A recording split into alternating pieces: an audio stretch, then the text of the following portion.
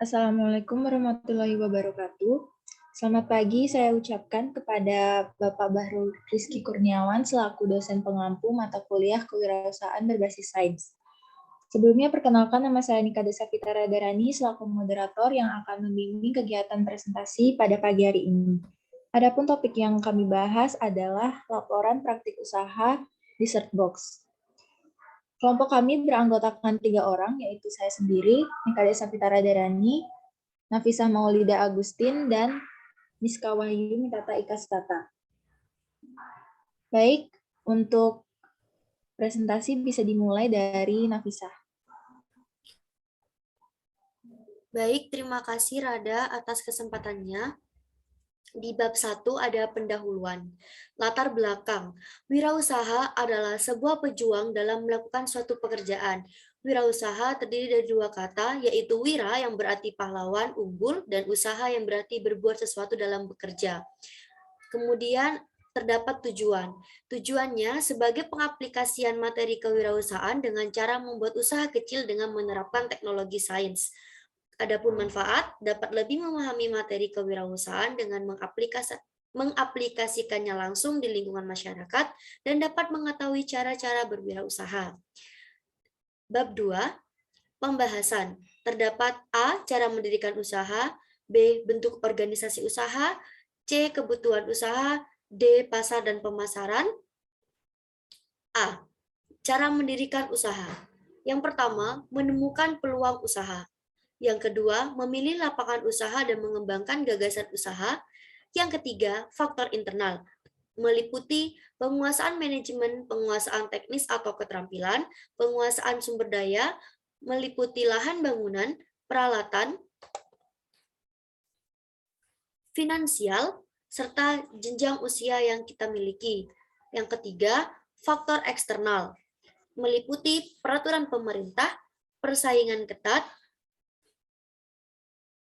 tingkat permintaan dan penawaran, serta risiko prospek ekonomi baik lokal, regional, nasional, maupun global. Yang kedua, bentuk organisasi usaha.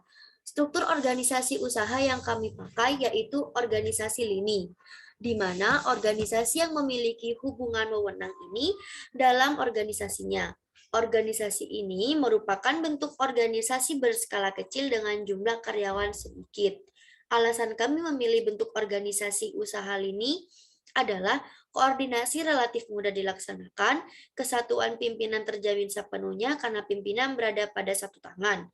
Proses pengambilan keputusan dan bentuk instruksi berjalan cepat dan tidak bertele-tele.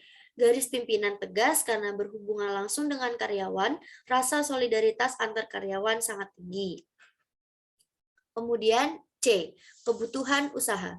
Kebutuhan usaha sendiri adalah hal-hal yang harus dipenuhi perusahaan untuk mendirikan dan menjalankan usaha dari awal perusahaan berdiri hingga perusahaan beroperasi. Kebutuhan sangat beragam tergantung dari bidang perusahaan tersebut.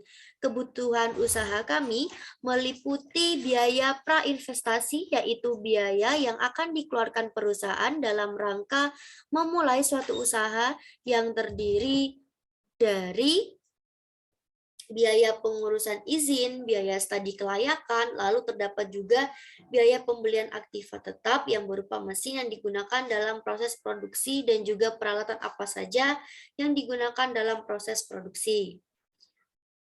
Setelah merinci apa saja komponen kebutuhan investasi, dapat dilihat di slide, ini merupakan kebutuhan kami dalam melakukan usaha.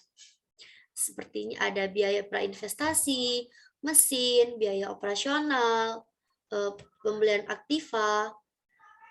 Secara garis besar, kebutuhan usaha dapat dijabarkan sebagai berikut. Terlihat pada slide ya. Dan untuk mendirikan usaha diperlukan adanya modal dan tenaga. Untuk modal, kami menggunakan modal pribadi. Dengan cara ini termasuk dalam salah satu cara bijak untuk mengurangi resiko besar. Modal utama pertama adalah 165.000 di mana setiap anggota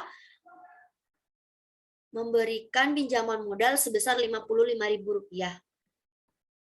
Selanjutnya akan dilanjutkan oleh rekan saya, Rizka Wahyu. Silakan. Baik, terima kasih atas kesempatannya. Di sini saya akan menjelaskan pada poin D, yaitu pasar dan pemasaran. Ada target pelanggan untuk produk usaha dari kami, ditinjau dari aspek demografis, lokasi, psikografis, dan perilaku.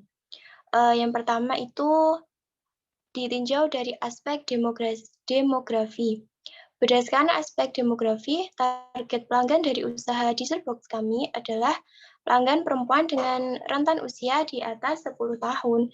Biasanya masih berstatus pelajar dan mahasiswa yang gemar dengan makanan yang manis dan tidak memiliki riwayat penyakit. Oleh karena itu, sasaran pasar dari usaha kami adalah pelajar dan mahasiswa yang pada umumnya tidak bekerja dan tidak memiliki banyak pendapatan. Maka Deezerbox kami akan dibanderol dengan harga yang menyesuaikan kantong pelanggan dan akan sangat terjangkau. Sebenarnya Deezerbox ini adalah makanan yang dapat dinikmati oleh semua kalangan, baik perempuan maupun laki-laki, tua atau muda, karena Deezerbox yang kami tawarkan akan cocok di lidah para penggemarnya masing-masing. Tetapi kami lebih memfokuskan pada pelanggan perempuan yang rentan usianya itu di atas 10 tahun karena didominasi oleh penyuka makanan yang manis-manis. Yang kedua ada aspek lokasi.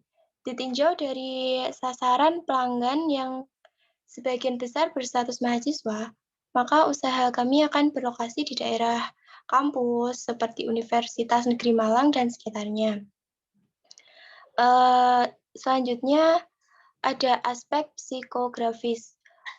Produk usaha Deezerbox kami akan sangat cocok dan digemari oleh para pelanggan yang menyukai makanan manis. Apalagi harga yang kami tawarkan untuk Deezerbox ini terbilang terjangkau dan affordable, yang pastinya sangat menyesuaikan kantong mahasiswa. Dengan ini, para pelanggan pun dapat menikmati makanan yang lezat dan harga yang terjangkau. Yang keempat, ada aspek perilaku. Dikarenakan sasaran pelanggan dari usaha kami adalah mahasiswa atau pelajar yang kebanyakan tidak memiliki penghasilan tetap dan masih dibiayai orang tua, pastinya mereka harus mengatur keuangan dengan bijak untuk keperluan yang diprioritaskan. Melihat perilaku pelanggannya demikian, maka kami menawarkan produk usaha dengan harga yang terjangkau agar tidak memberatkan finansial dari calon pelanggan. Poin E, yaitu strategi pemasaran. Agar produk usaha dapat dikenal banyak orang dan mendatangkan konsumen, diperlukan adanya strategi pemasaran. Yang pertama ada strategi produk. Produk yang kami tawarkan adalah Deezerbox kekinian yang sangat digemari banyak pelanggan, baik penggemar manis maupun tidak. Karena Deezerbox kami mempunyai rasa manis yang pas dan tidak berlebihan. Yang kedua ada strategi harga.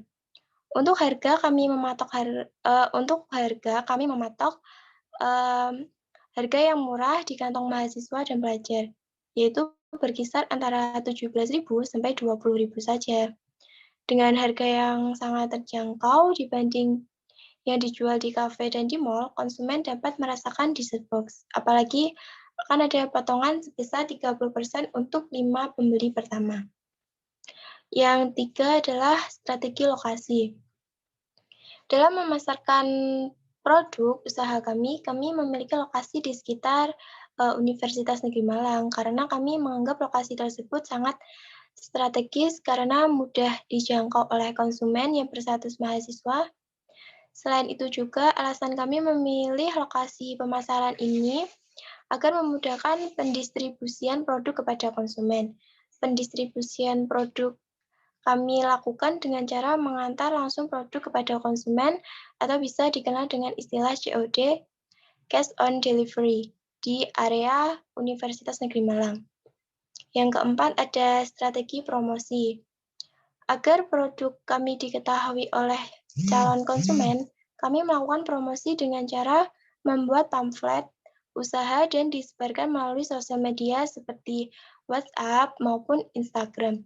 Kami memilih melakukan promosi secara online karena memanfaatkan kemajuan teknologi, tidak menghabiskan banyak biaya juga, dan promosi secara online lebih mudah dijangkau oleh konsumen.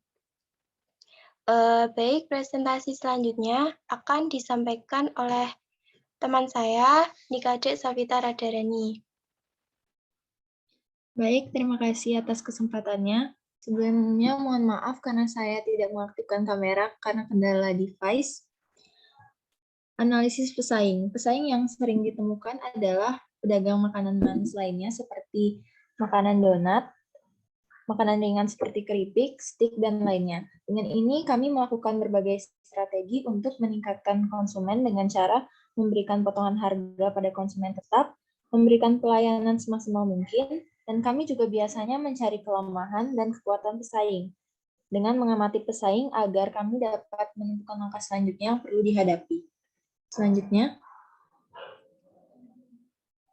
dapat terlihat di slide adalah laporan keuangan dari usaha dessert box yang kami laksanakan.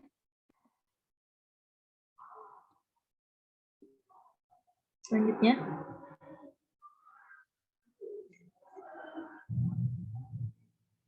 baik, demikian presentasi yang telah kami lakukan. Terima kasih atas perhatiannya, dan saya selaku moderator meminta maaf apabila terdapat kesalahan kata atau perbuatan yang kurang berkenan. Akhir kata, kami ucapkan wassalamualaikum warahmatullahi wabarakatuh.